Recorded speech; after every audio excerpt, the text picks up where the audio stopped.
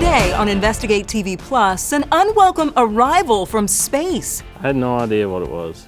It's definitely nothing that looks like it's from Earth. And experts warn it could be just the beginning. Anytime you put something else in space, you're vulnerable. We get insight into solutions that could prevent a cascade of collisions in space and here on Earth. Plus, a plot to profit off vacant property. Had I not received that call, we wouldn't have known that it was fraud until possibly weeks later. We take an in-depth look at how a new real estate scam is exploiting unwitting transactions. Then, from teaching English in Asia to math in Michigan, meet a man inspired to live a life of service for 6 decades. I go to the Cumberland School every day, yes, to be with 5th graders. They invigorate me. In-depth stories that inform and inspire. You're watching Investigate TV Plus. It's one of science's great mysteries. Is space truly limitless? I'm Lee Zurich. And I'm Tisha Powell. While that question has been debated for centuries, there's no doubt about one thing: human activity is clogging it up. There's everything from discarded spacecraft bolts to defunct satellites, even a red Tesla Roadster mounted to a rocket stage, sent into orbit by SpaceX owner Elon Musk. It once floated so close to Earth it was mistaken for a potential asteroid. Experts say the space industry's rapid growth has filled the Earth's orbit with thousands of pieces of trackable space debris and millions more that are too small to monitor. The problem is only getting worse. According to data from the United Nations Office for Outer Space Affairs, a decade ago, just a couple of hundred objects were launched into space each year. In 2024, we launched nearly 3,000. That same year, a piece of space debris from the International Space Station crashed through a Florida home, highlighting how fast-moving orbital debris can pose a significant threat to satellites, spacecraft, and our lives here on the ground. As reporter Heather Graff explains, more close calls are crashing to Earth. It's a 360 view all the way around.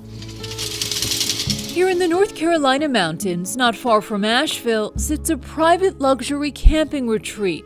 And it's very remote up here. Kind of tucked away in the mountains. Tucked away in the mountains, very quiet, peaceful. Peaceful. Until one morning in May 2024. It just fell right through the trees, right onto the trail. When Justin Klontz, a groundskeeper at the Glamping Collective, made an out-of-this-world discovery. I had no idea what it was. It's definitely nothing that looks like it's from Earth. And it turns out he's right. This is what scientists call space debris, any non-functional human-made object that remains in Earth's orbit for extended periods of time. They can be old dead satellites or rocket stages that put the satellites up there that are abandoned, or pieces of exploded rocket or smashed satellite. Jonathan McDowell, an astrophysicist at the Harvard-Smithsonian Center for Astrophysics, says there's a lot of it in the solar system. We're tracking over 20,000 pieces orbiting the Earth, so it's really crowded out there now. But there's an increasing problem. It doesn't all stay out there. While space debris usually burns up on re-entry into the atmosphere, larger pieces can reach the Earth's surface. We've seen a number of cases in the past few years where large chunks of spacecraft have crashed into the ground. And McDowell says those chunks could be falling more often. The increase in space activity has been tremendous over the past few years. There has been an increase in space debris along with this. According to the National Oceanic and Atmospheric Administration, between 200 to 400 tracked objects enter our atmosphere every year. It's just bizarre looking. Including this piece of space waste. It's about 90 pounds and it's awkward to handle. NASA has confirmed the debris came from the trunk of a SpaceX Crew Dragon spacecraft. McDowell was tracking it as it re-entered over North Carolina. And I was able to plot the path of the trunk and show that the pieces that had been found were found at exactly the right place and time to be consistent with this particular SpaceX spaceship that had fallen out of the sky. The ship's trunk carries unpressurized cargo and supports the spacecraft during ascent. It's a disposable component jettisoned shortly before re-entry and designed to disintegrate. According to NASA, since 2022, debris from at least 5 Dragon trunks have been found in various parts of the world. No known injuries have resulted from space debris, and the odds of that are very low. Even so, McDowell says they're not zero. If a big chunk of space debris were to hit someone, that could easily be fatal. If a big chunk of space debris hit an airliner in flight, you could get mass casualties. NASA declined to speak on camera, but provided a statement saying in part, during its initial design, the Dragon spacecraft trunk was evaluated for re-entry breakup and was predicted to burn up fully. NASA and SpaceX will continue exploring additional solutions as we learn from the discovered debris. As the space industry continues to grow, will the issue of space debris continue to grow as well? Yes, and it'll get worse because they still have not come up with any way to reverse the process. Former NASA scientist Donald Kessler established the space agency's Orbital Debris Program Office in 1979. He says what he's seen since then is extremely concerning. Anytime you put something else in space, you're vulnerable. With that principle in mind, Kessler developed a global space debris phenomenon during his time at NASA that continues to worry scientists today. The Kessler syndrome is a hypothetical scenario in which a chain reaction of space debris collisions makes Earth's orbit too dangerous to operate in. We got these things in orbit that are running into each other, and as long as we keep feeding the source of this, which is i.e. put more stuff in orbit, it will continue to get worse. Experts say it's a difficult problem to tackle. How fast is this stuff traveling in space? It's at kilometers per second, faster than anything on Earth. And one that requires international cooperation. To that end, countries around the world have been collaborating on cleanup and mitigation efforts. People have tried rendezvousing with them and let's try putting a net around them, or even harpooning them, or using a robot arm to go up and grab them out of space. And so we're at the stage now where the technology is being tested out. People are trying different things, but we're not really ready to do it operationally. NASA supported a British-led research mission called Remove Debris, which tested some of these innovations in low orbit between 2018 and 2019. And the world's first space debris removal mission has been commissioned by the European Space Agency and is expected to launch in 2028. As we industrialize space, we have to be more responsible about disposing safely of surplus space equipment. Because, McDowell adds, as industrialization increases, You're just lucky nobody was walking through there. so does the risk. Were you like, this could have been bad? It could have been bad, but it just happened to fall at the right time. The right time, and in these remote mountains of North Carolina, perhaps the right place. I don't know about you, but when we're done with this show and I walk outside, first thing I'm doing is looking up and making sure nothing's flying at me. I think I might have to take a trip to Asheville to go There and you see go. some space debris. I like that idea. All right. In an effort to better manage space debris caused by the Dragon's trunk section, NASA and SpaceX have moved the spacecraft splashdowns from Florida to the West Coast. NASA says this will help ensure the trunk lands safely in the open ocean. SpaceX representatives did not respond to our repeated request for comment. Still ahead, your outdated devices could be worth more than you might think. Those are precious metals that we'll never get back if they go to the landfill. We get insight into how valuable materials are salvaged from recycled electronics. But first, a Georgia woman's dream is almost snatched away. I don't know why or how, because I didn't put it up for sale. How crooks are cashing in on land that's not theirs, plus the steps you can take to protect your property from scammers. You can watch Investigate TV Plus anytime online. Just subscribe to our YouTube channel at Investigate TV. You can catch stories and full episodes.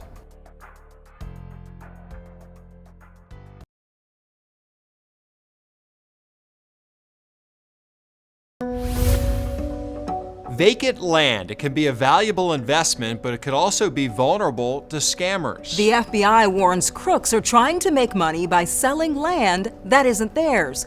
To get an in-depth look at how the scam works, we travel about an hour south of Atlanta to Lamar County, Georgia, where police say reports of this crime only started popping up within the last year. Investigative reporter Anastasia Olmos uncovers how scammers target property owners who live out of state. Just land. A lot of land. It's a lot of land. 20.65 acres. In Barnesville, Georgia. I purchased the land in 1996. While stationed at the former Fort Gillem, 31-year-old Army Sergeant Tracy Quintella Brown saw this land as her future. My plan was once I retired that I would build my retirement home on this land. Now about 1 year away from that dream, I started to do the research to see what was in the area because I don't do much cooking. While looking at restaurants near her vacant property, a Zillow ad popped up. I don't know why or how because I didn't put it up for sale. Her entire life's dream listed for $175,000. The realtor company didn't give me any information at all. Then she saw she had a voicemail, and when she called the man back, he said something like, "We got a contract on your lot." Her name was electronically signed on the contract. The contact number wasn't her phone, and whoever this was didn't even spell her name right in the email address. In November 2024, Brown drove down from Virginia so we could figure out what was going on. It's a pleasure to meet you. We found Edward Turner, the man who left the voicemail. He lives next door to Brown's property and wanted to buy her land to build a pond for his son. To his surprise, the seller accepted $75,000 less than asking. This is that night where they say congratulations. Turner was just hours away from wire transferring $100,000 to who he thought was Brown when she returned his call. Had I not received that call, we wouldn't have known that it was fraud until possibly weeks later. But it isn't just Brown's property. Several real estate agents around Lamar County say they've seen similar red flags. That is the fake driver's license. Real estate agent Danny Turner says another realtor contacted him about a fake out-of-state driver's license from a seller, which prompted him to triple-check his listings. The man that this guy was portraying was a friend of mine's uncle. And I called my friend, and he said, yeah, Uncle Gary's not selling his land. Down the street, realtor Joseph Sims caught the same sham. In Florida, your license number starts with your last initial. This man's last name started with an M, but the number started with an O. Sims says he checked an online background database called Forewarn to verify the information, and when he called the number listed, he says, that's my license that expired 4 years ago. That's not my picture. Prior to September, we haven't had any real estate fraud cases ever. This is the first time. The Lamar County Sheriff's Office confirmed they're investigating at least 7 fraudulent property listings from August through October, including a report from the county tax assessor's office stating someone filed fraudulent deeds on 4 vacant properties. It could be the same person, could be multiple people. Don't know. In at least 2 cases, the sham seller said they were traveling to London for a wedding, but investigators don't think they even live in the U.S. A lot of the phone numbers don't originate from the United States. I'm just grateful that we made contact in time. Now it's back to planning her dream home. About 7 acres forward is where I picture it. And maybe a small pond for her new neighbor. No, that's on the backside, maybe. We tried to contact the real estate agent who listed Brown's property and wrote the contract, but we did not hear back. The FBI explains landowners can help protect themselves from this scam by setting up title alerts with the state or county clerk's office, as well as online search alerts for your property. If you live out of town, consider befriending neighbors or hiring a management company to check on the land and pay taxes through escrow. The FBI also urges scam victims to file a report at tips.fbi.gov. Still to come, answering a call to action. What can you do for your country? I said, well, let me see what I can do. How one of the first Americans to serve in the Peace Corps is still on a mission to help others decades later. But first, old electronics can create an environmental crisis. How many items do you take in here every year? So we take close to 6 million tons of electronics every year. We'll explain how you can safely dispose of your devices to keep hazardous materials out of our landfills. You can watch Investigate TV Plus anytime, streaming online. Get the app for Roku, Amazon Fire TV, and Apple TV. They're free to download.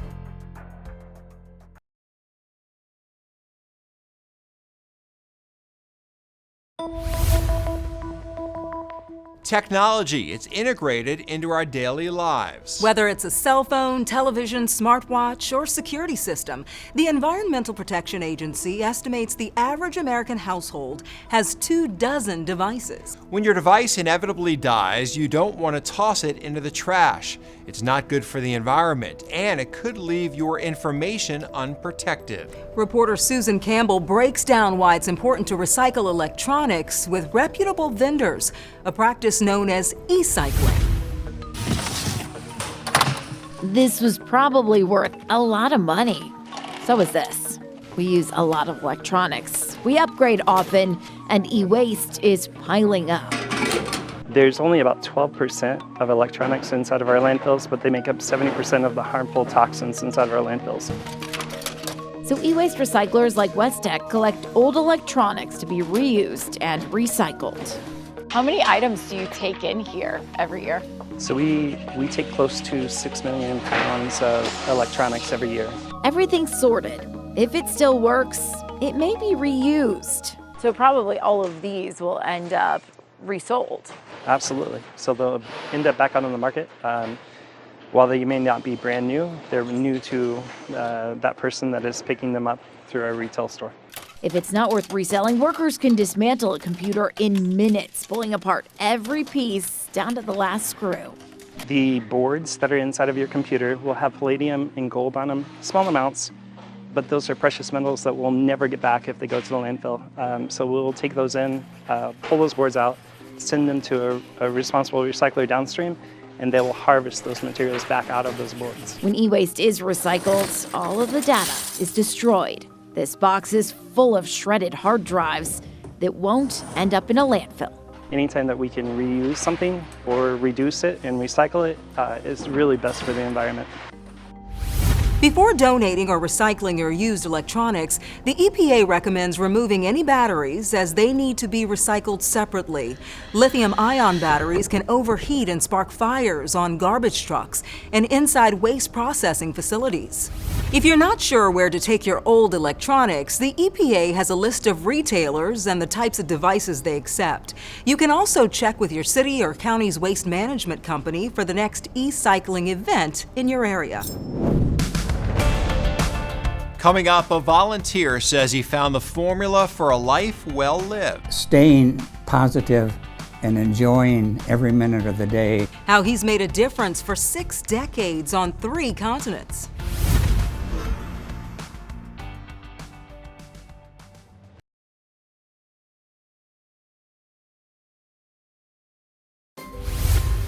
Since 1961, more than 240,000 Americans have answered the call to serve in the Peace Corps, building relationships in 140 countries. 6 decades later, one of the very first volunteers to live that mission is sharing his spirit of service. Because even in retirement, he's still inspired to make a difference. Reporter David Andrews shows us how. Meet David Bauer, a tenor in the Delta Community Choir. How about dancing? Do you dance, David? I'm not a good dancer. Not a good dancer. But this David is folk dancing with other light-footed folks every weekend. When he's not dancing and singing, David Bauer is busy volunteering. I started out really as a Peace Corps volunteer in West Africa. In 1962, Mr. Bauer says he answered the call from President John F. Kennedy. Ask not what your country can do for you. Ask what you can do for your country. What can you do for your country? I said, well, let me see what I can do. What he did was join the very first group of U.S. Peace Corps volunteers to be deployed overseas. This is me. I was younger then. From schools in West Africa to teaching students in Southeast Asia. Every evening and weekends, I worked with Lao students teaching English to them. That was 60 years ago. Today, he teaches math. I go to the Cumberland School every day, yes, to be with the 5th graders. They invigorate me. So they're doing 2 sheets. Volunteering in Mrs. Henderson's 5th grade math class at Lansing's Cumberland Elementary School. Yes. Mr. Bauer gets to know each student personally. 1, once you add it to that, now you have the right answer. Sometimes when I don't understand stuff, like I understand it, but sometimes I don't and forget the stuff, he always comes and helps. If I do something wrong, he will fix my mistakes. 20? Yes, that'll work. Problem solving with a purpose. For David Bauer, it all adds up to a rewarding experience. Just the satisfaction knowing that each one of those did a little bit better than they did the day before. He's a teacher's helper who the teacher says sometimes sticks around to help her with science class as well. When he's not doing other things in the community, he helps with that too. From helping kids with math to helping organize the Greater Lansing Food Bank's mobile food pantry, David Bauer's wide-ranging community service hasn't gone unnoticed. This was the award that I was given by the governor. The Older Adult Volunteer of the Year Award, recognizing his decades of giving back. Lifelong service to the community, yes. It goes hand in hand with his lifelong philosophy. Staying positive and enjoying every minute of the day. And every day, this 85-year-old looks for ways to get out of the house and help other people. I discovered that helping other people was very enjoyable, and I could make a difference. And that's it for us on Investigate TV Plus. I'm Lee Zur. And I'm Tisha Powell. Thanks for watching.